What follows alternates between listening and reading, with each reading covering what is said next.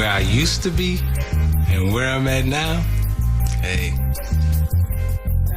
All right. It's been a long time. You've come a long way. And I just wanted to say congratulations to you. I want to, definitely, actually you seem a little shorter than the last time. I think I'm sorry. I've been beat down.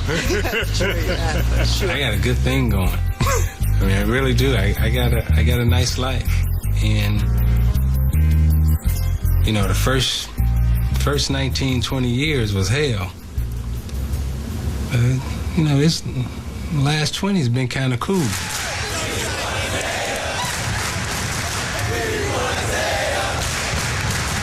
I need a ball. You like that one? Is this good? That's what you're using? Side so he can make a theatrical appearance. Okay. All right, how you doing otherwise? I'm doing great. You gonna win some games this year? Yeah, we will. All right, coming out of retirement? No, I'm not doing that. I'm not doing that. Meet Isiah Thomas, one of the 50 best players ever in the NBA.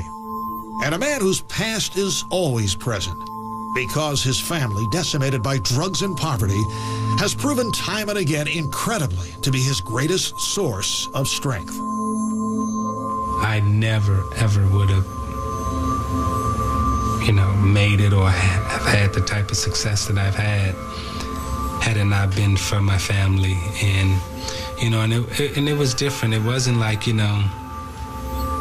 we're going to take care of you because you can get to the NBA. It was like, it was survival.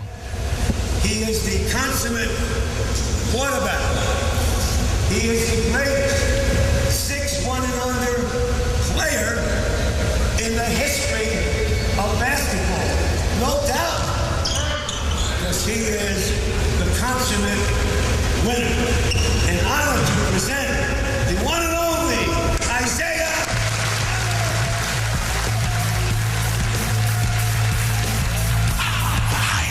Tell you about the high time, the hoopla.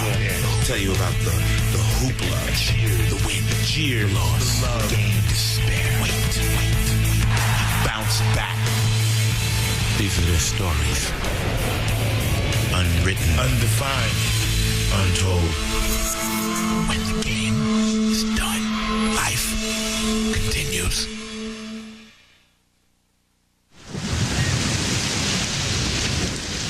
We were very protective of Isiah. I mean, from the day he was born, he was a spoiled brat. Yes. I mean, he was the baby. Yeah,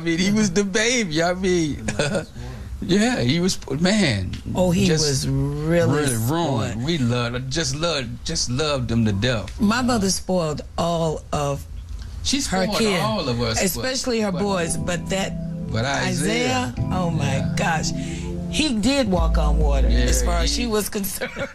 In a family of 9 children, Isiah Lord Thomas was the 7th son of the 7th son. By the time Isiah was old enough to understand the world around him, his older brothers and sisters were already making their way outside the family home. I learned a lot sitting there just listening because they were great teachers. They beat him up on the court and him playing against him so much, and he's a product of that. They were far better basketball players than Isiah was, far better. Not even close. My brother Larry, to me, he was my idol growing up. He was my hero, and everything that, he was, and, when he played, I tried to emulate. I tried to emulate all my brothers, but, Larry had a big influence on me. But I remember the snowstorm when me and Mark, we were having a basketball game that day. It was a big game, and Isiah, he was 3 years old, and he was a water boy, a towel boy. And the coach was trying to boost us up. He gave Junior this uniform, and Junior still had the street shoes on. And he said, I want you, this kid here has more guts and more hearts than any of you guys. I want you to lead him out on the floor. Well, I wore number 11 because of a guy by the name of Sammy Puckett. And he was on that team, and Sam you know, he always led the team out. And that day, you know, I got to lead the team out, and I was this little kid, and I was in the layup line. The fans went crazy. The stand, I mean, that you could, the excitement, I mean, just something just magical happened in that gym. It was the first public exhibition of a new talent, and Isiah's tough neighborhood, the west side of Chicago, K-Town, was eager to see the next Thomas brother. Me describing the west side to you probably not going to give you a full picture of what the west side was. It has its own heartbeat. It has its own flavor to it. It was several things. It was friendly, hostile. It was warm, it was cold. You just had to feel your way around it. I can't say it was all bad, can't say it was all good. You know, in my neighborhood, you had to be able to walk out the door and look at a guy, you know, half a block away, and you had to decide if he was friend or foe. And if you made the wrong decision that day, you died. The weight of it is there from the get-go. Challenges in every direction. Forget about succeeding just yet. Make sure you live another day.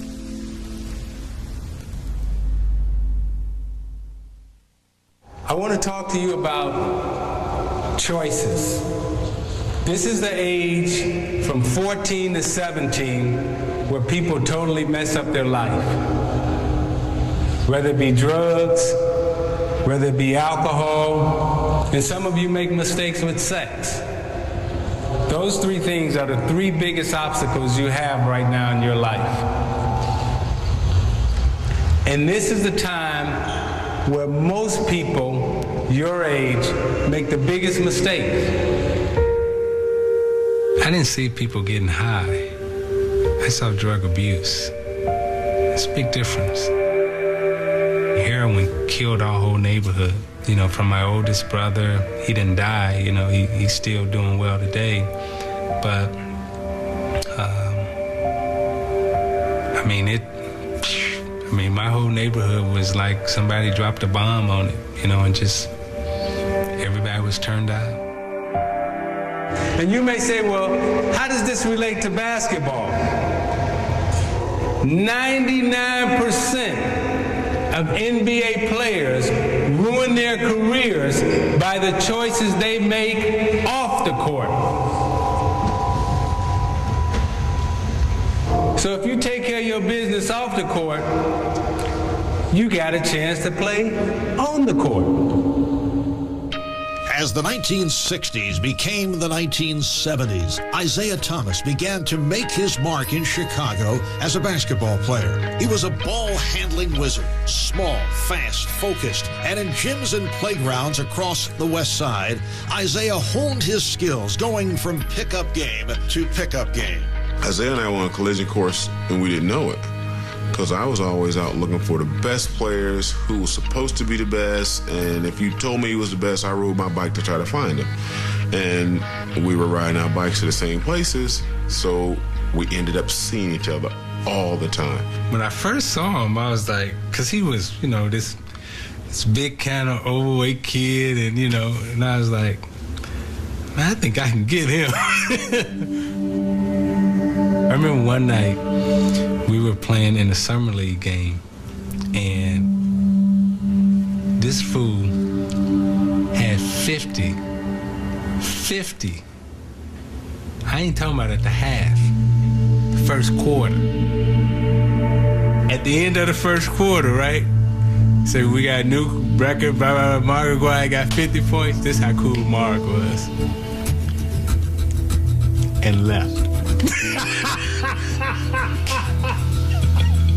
Walked out of the building, I was like, oh, I love him. The challenge for young athletes on Chicago's West Side, like Mark Aguirre and Isiah, was this: how to maintain a single-minded focus on a goal that could so easily be derailed, undone by a freak injury, by bad luck, by temptations that spread through K-Town like a cancer.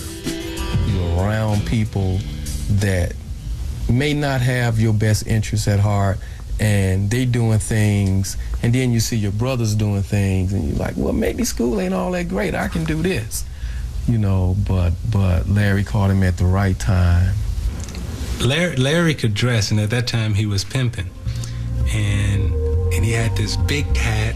You know, he had the pink pants and the white shirt. It was like I could wear, you know, some of his clothes, but the pimp clothes I could never wear. He was like, look, Junior, you don't ever put those on. One day I was riding down Madison. I used to change clothes 3 times a day. And I had changed clothes, and I saw somebody walking, you know. I had my clothes on and had a pair of dice, and it's just shaking the dice. And I looked, and it was Junior. I snuck in his closet and, you know, put it on, and I was walking down the street, and I felt really good about myself. And he saw my car, and he took out running out. He was so fast, I couldn't catch him. And my, you know, back then I was wearing big platforms, you know. After, you know, I got beat up a little bit by him, he had a great conversation with me about, you know, the streets, the opportunity that I have. Man, I said, Junior, you're looking at my Cadillac, and you're looking at my clothes and my women and stuff, and I say, man, and you think I got it made. I say, man, you just don't know how hurt I am on the inside. I said, you can't judge the book by the cover. I said, man, every day I ride around in that Cadillac, and I be crying. I be crying because I am so disappointed in myself, because I had a dream to become a professional basketball player. He had a shot to be in the pros. I knew it was an opportunity that he had lost, that he was trying to pass on to me. Pressure and protection, promise and peril. Isiah Thomas prepared to walk into the world with a family's weight on his shoulders. A false move, a slip-up, a mistake, or just being in the wrong place at the wrong time could bring it all crashing down for the Thomas family's last hope. Now, from a social standpoint in school, it was a little bit of a shock for you, huh? Can you talk about that a little bit? Yeah, it was a shock, all right. I mean, every day I would get up at 4:30, and I would take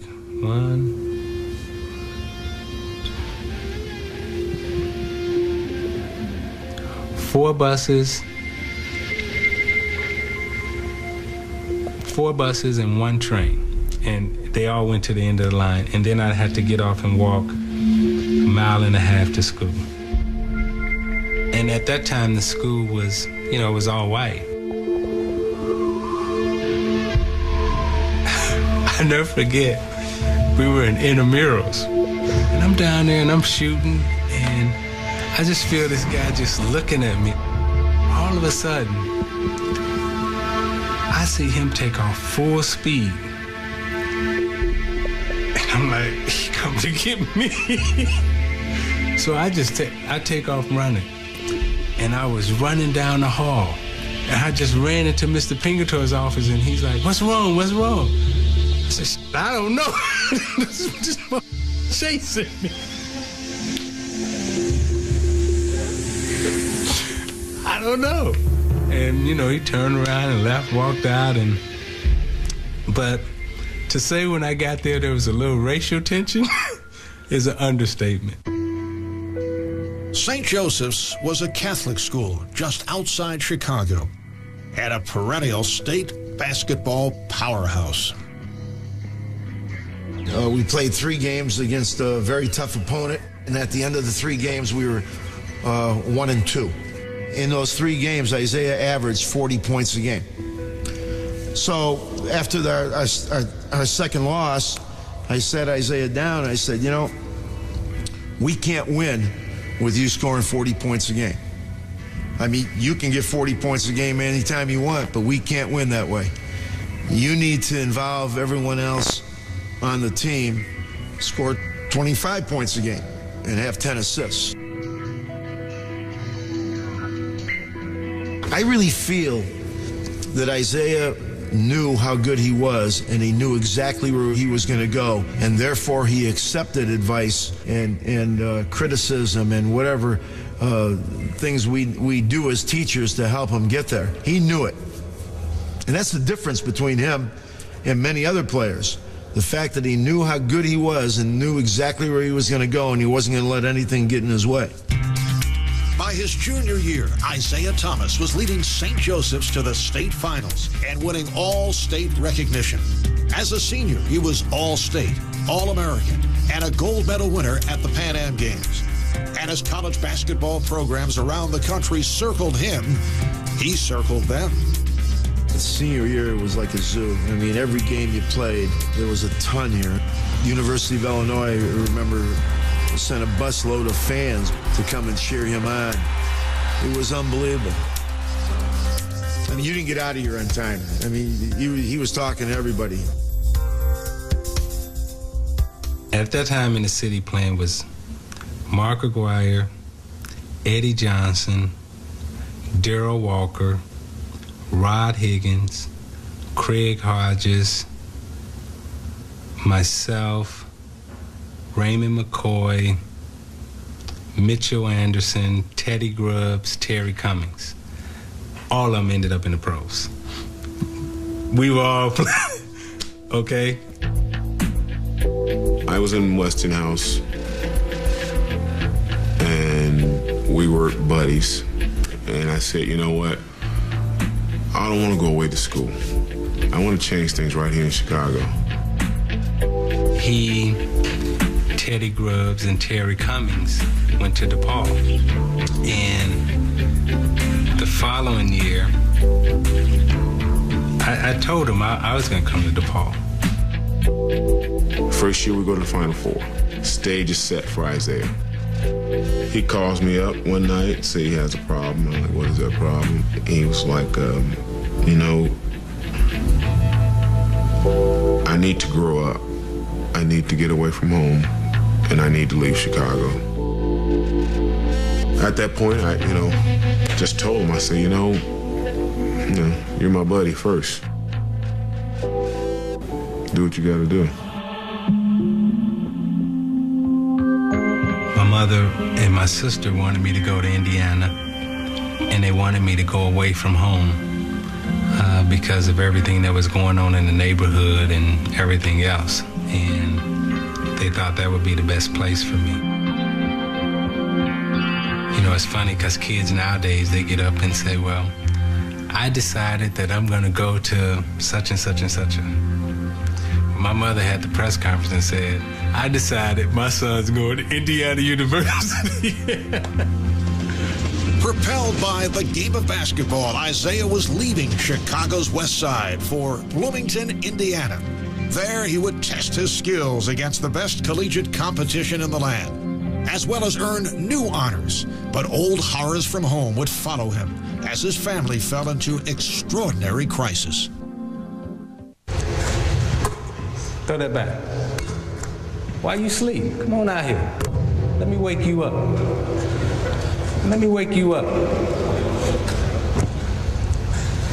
Your shoes ain't tied. You ready to hoop? I was itching. Your eye was itching? What's your name? Marion Henderson. I'm Isiah. It's nice to meet you. So your eye was itching? Push it. You know your eye wasn't itching. Come on, man. I just saw an itchy eye and some sleep. You was nodding on me. Let me wake you up. Count them out, y'all. Count them out. 1, 2, 3. Oh, wait. Everybody out here, because I said count them out, and I hear this kind of voice. Everybody out here. Everybody out. Everybody out. Everybody out. Everybody out. And I don't want it to take a long time. Everybody down. Everybody down. You want to know what it's like to be on the team? Count them out. Let's go. 1,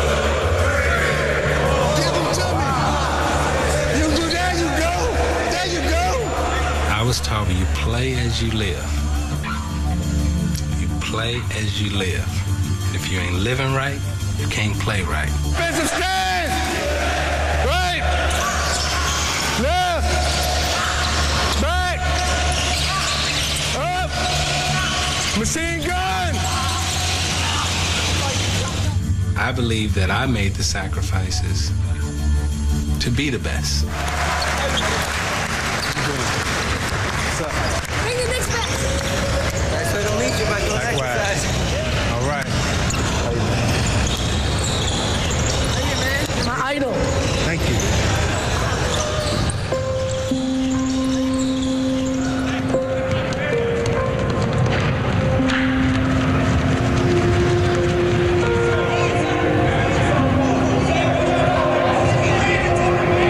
When I first got to Bloomington, I remember saying, man, I don't know if I'm gonna make it here, because, you know, I was away from everything that I was familiar with.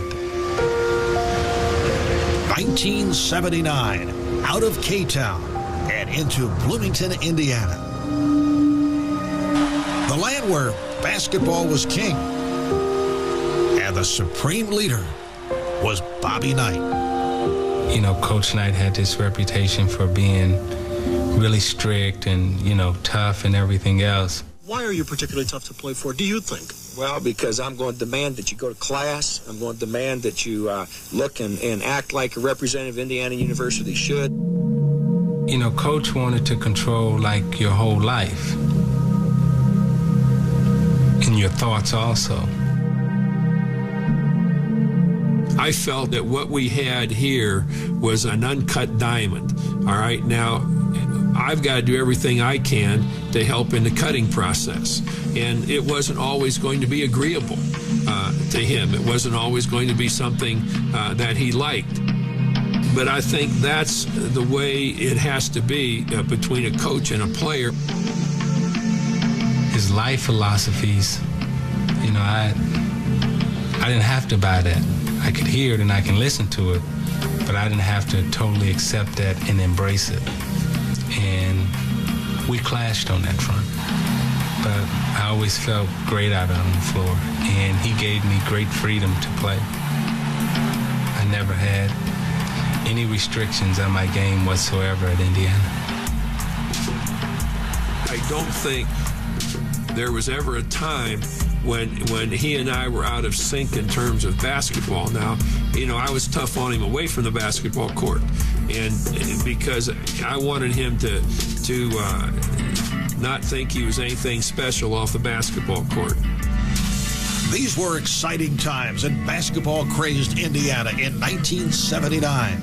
The team had won a national championship only 3 years earlier. And now, in Isiah, Coach Bob Knight had one of the nation's top recruits to help lead the Hoosiers back to their rightful place in the national tournament. As a freshman, Thomas helped Indiana win a Big Ten championship, and the team began the next year with sky-high expectations.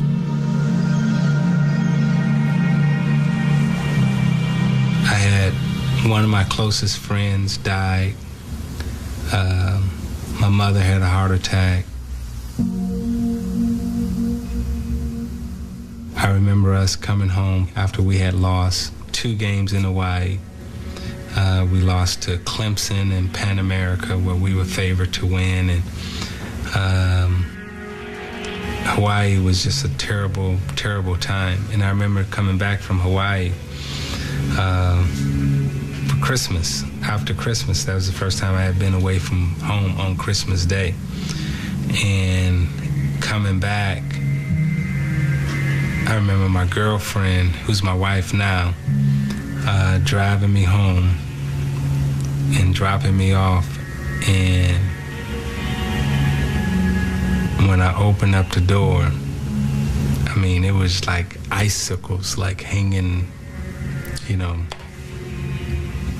from the ceiling, and there was nobody home. The lights was out, the phone was shut off. I had no money, and we had practice the next day because, you know, Coach was really mad, and I remember just driving back to school, not knowing where anybody was, and it was, I hated that time.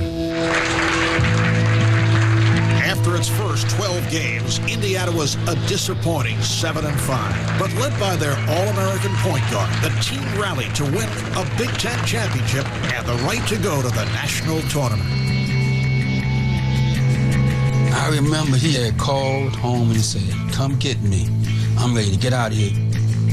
I said, the only way you're going to get out of Indiana is you got to take the NCAA. That's what we came here for, is to get the NCAA, and you're not leaving until you get it. In the tournament, they beat Maryland by 35 points, Alabama Birmingham by 15, and St. Joseph's by 32 to win a spot in the Final Four. He could have been a selfish kid or been a kid with a personality that was introspective, and we wouldn't have been nearly as good. And a steal, Isiah Thomas against Black. But he became a kid that wanted to win, and wanted to win with him being a real part of getting everybody else to play to win. There's Thomas again. Can't stop him, and Indiana has its biggest lead. It was a great, great feeling because of everything that we had gone through as a team, and for myself personally, everything that I had gone through that year. Isiah Thomas, when it comes down, Indiana will be champion. The boy had become a man. He had realized a dream, but he had much more to accomplish. Isiah, the youngest of 9 children, out of Chi-Town. He could see his dream before him, but realized it would take a monumental will and strength to make it happen.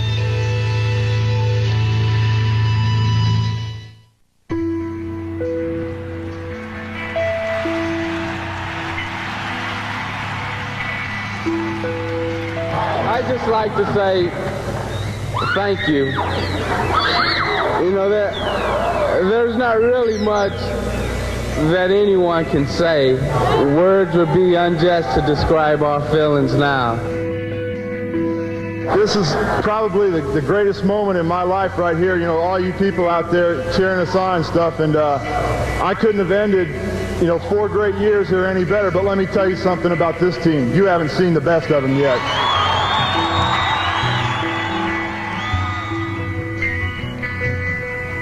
I'll never forget, we're walking off the floor in Philadelphia after having won the NCAA championship, and Jimmy Cruz, who had played on our championship team, was a very good player in 1976, was one of our assistants. And Jimmy said, "Boy, Coach, we could even be better next year with Isiah and Landon Turner." And I said, "Jimmy, Isiah will not play another college game." I said, he'll go to the pros, and he probably should. I said, because he's in a situation now where he's good enough. Sportsman of the Week double honors today go to Mark Aguirre and Isiah Thomas. Later today, when the NBA moguls gather for the NBA's draft of amateur talent, Mark Aguirre expected to be the #1 pick, selected by the Dallas Mavericks. Expected to go #2, Isiah Thomas, sophomore guard, Indiana University. MVP in the past national championships just this past March, the top point guard in the land, twice an All-American. Gentlemen, welcome. Thank you for coming on in. After waiting so long for this day and knowing it was coming and knowing how high you'd go, are you thrilled, nervous, or is today going to be a bit of a letdown after the long wait? No, I really don't think so. I'm very happy, it ended the way it did. And the situation is, really nice. It's kind of comfortable walking around with him all day. It really was phenomenal to see those 2 kids come off the west side and mature at the same time. And go #1 and 2 in the draft. Go #1 and 2 in the draft. Well, really, Isiah was supposed to go from the same neighborhood. Yeah. From the same city to go 1 and 2 in the draft. I don't think that's happened before. In July of 1981, Thomas signed a 4-year, $1.6 million deal with the Detroit Pistons. Contract in hand, he bought his mother a house in the Chicago suburbs. In Detroit, he joined a team that had won only 20 games the year before. It was tough, but I knew what we could do because I had just won a championship at Indiana, and when I got to Detroit, I felt at that time we had some players that was happy to be in the pros, making the money, enjoyed the lifestyle, but really didn't care about if we won or lost. And I just wasn't having that. 10-footers on the way. Got it! After 2 losing seasons, the Pistons brought in a new head coach, Chuck Daly. The coach was the first in a series of maneuvers, draft picks, and trades that would surround Isiah with talent. Top of the key. Joe Dumars. He got it! John Sally. It's a slam for Sally. Dennis Rodman. Rodman from Thomas. That's what turned us around. We had the scorers. We had significant rebounding in Bill Laimbeer, but now we added rebounders and defense. But you got to remember, in those days, we had to confront the Boston Celtics, who had a Hall of Fame front line, and the Los Angeles Lakers, who had a Hall of Fame front line and more.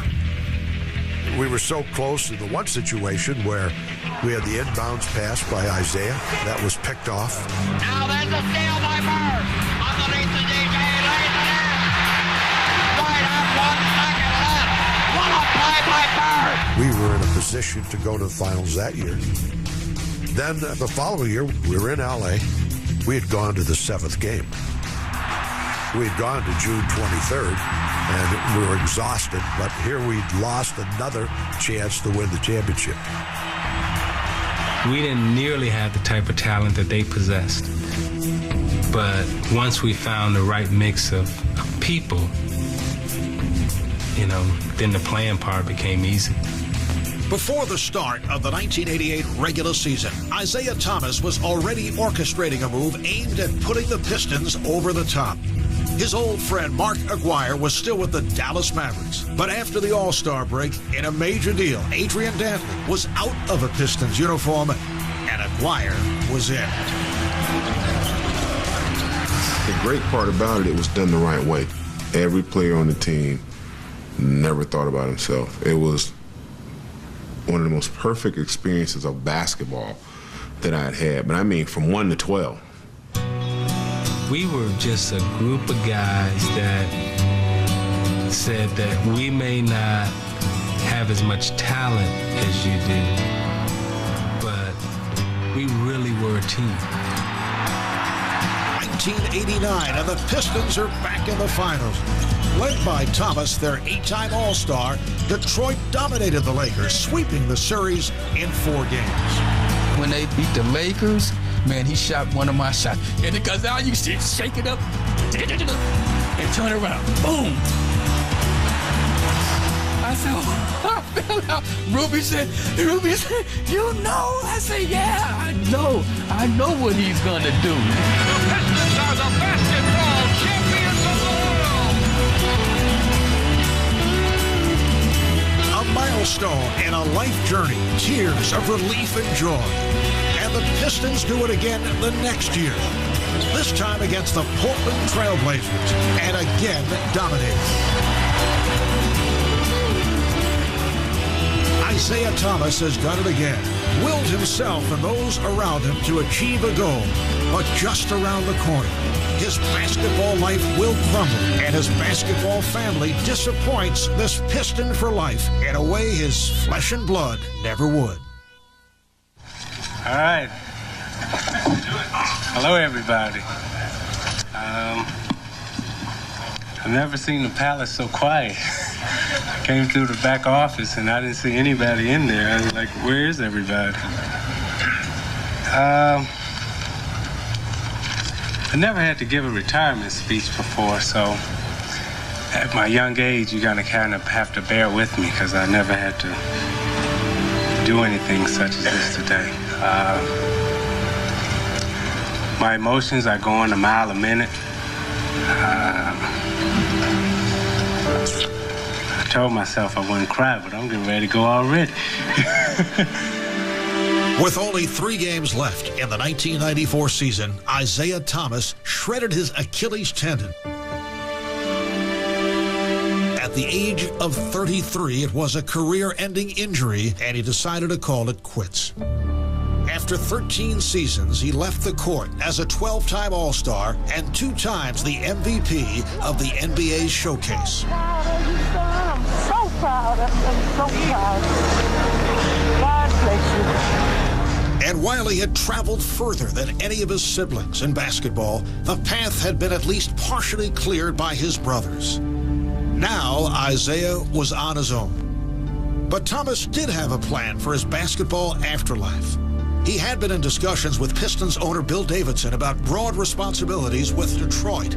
Many thought the deal might include an ownership stake in the team that he had led to 2 NBA titles.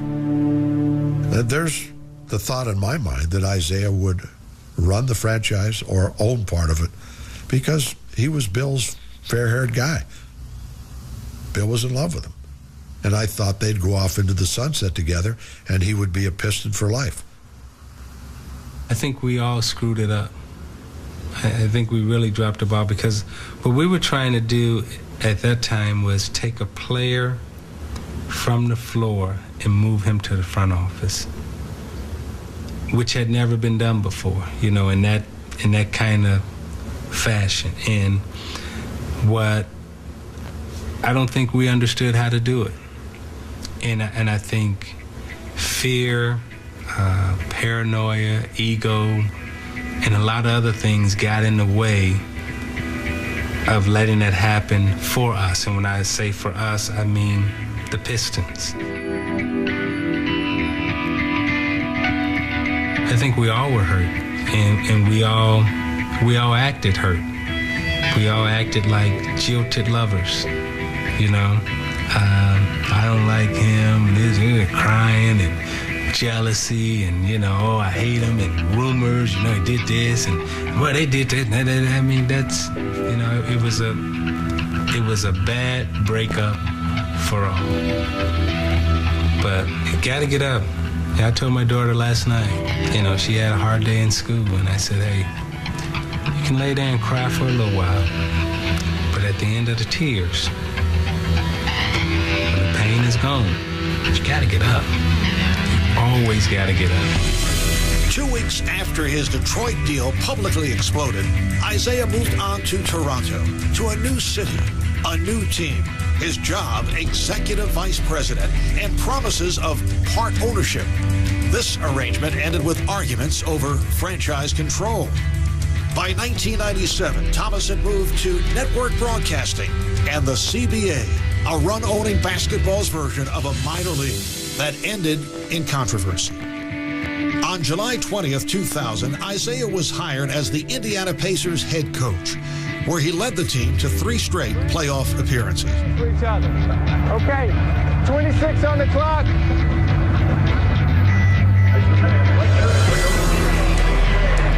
Give me a 23 down. 23 down. You got a weak one on you in the post. Curl off out. Make a good pass to him. Make a cut. Let's go on him. As a matter of fact, don't cut. Just spot up corner. I thought we had something going in Indiana which was really positive with the players, the way they were growing, the way they were maturing, our win total, the talent that we were acquiring and everything. And, you know, we had a great thing going there. And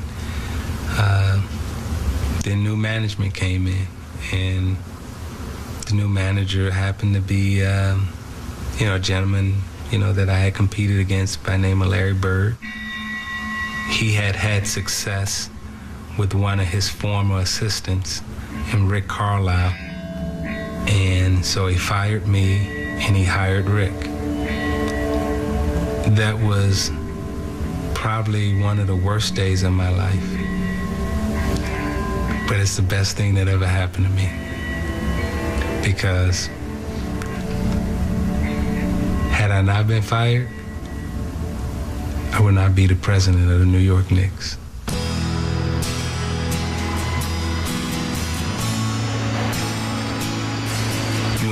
greatest city, with the world's greatest arena, with a team that if you can turn the lock, you can unlock the key. Because everyone has tried to, win here and have great success here. But if you can win here in New York, like the song say, if you can make it here, you can make it anywhere. There's no better place to win than New York. Number 19, Captain Willis Reed. In the corner pressure, he drives. Come on in for a jump. Yes! We're going to build another one. No question in our minds. Just like when I say Jerry West, just like when I say Jackson, just like when I say Isiah. You just know how to do it.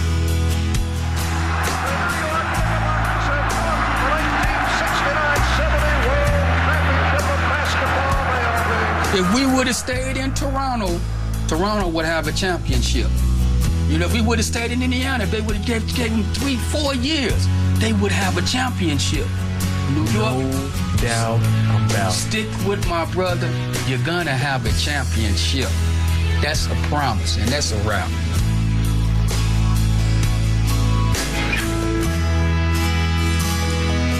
For Isiah Thomas, the past is always present.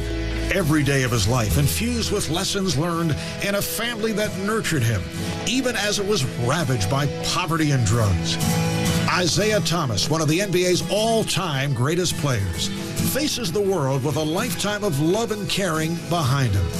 And with that, he will always move forward.